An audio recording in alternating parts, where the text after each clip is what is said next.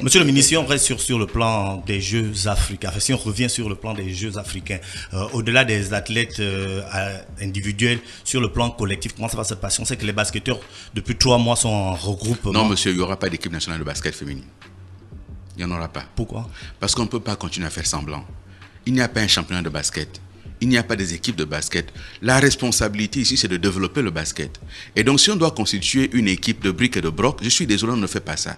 Moi, je suis allé les voir, ils se sont regroupés. Je veux rappeler à tout le monde, et c'est indispensable de comprendre, qu'il s'agit des couleurs nationales. Et donc, lorsqu'il s'agit de constituer une équipe nationale, le gouvernement doit marquer son accord. On ne met pas le gouvernement devant le fait accompli, où on met des jeunes dames en regroupement depuis 2 mois, et puis je découvre qu'elles sont en regroupement. Moi, je suis allé les voir.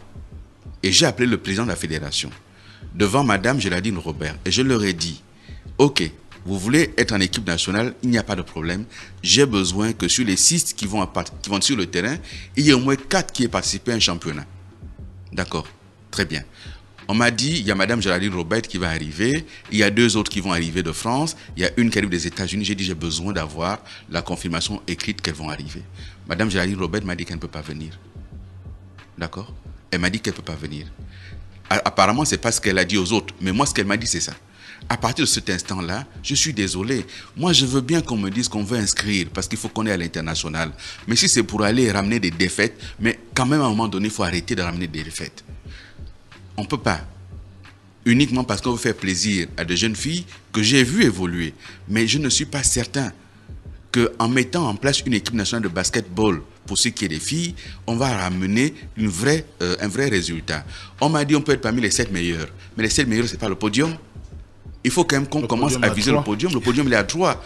Donc, si on veut y aller avec objectif d'être parmi les 7 meilleurs, c'est quand même pas ce que nous cherchons sur la place du sport international. C'est le podium.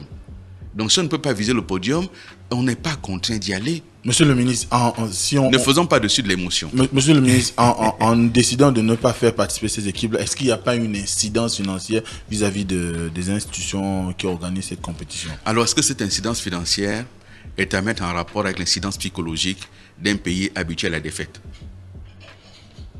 Donc, moi, je préfère alors payer le forfait. Ça, on va nous dire qu'il faut payer tant de millions de francs CFA. Je préfère payer ces millions de francs CFA, 3, 4, 5 millions de francs CFA de pénalité, plutôt que de dire encore une fois, les Gabonais sont partis, ils ont été ridicules, ils ont pris des piquettes, il faut qu'on arrête un peu.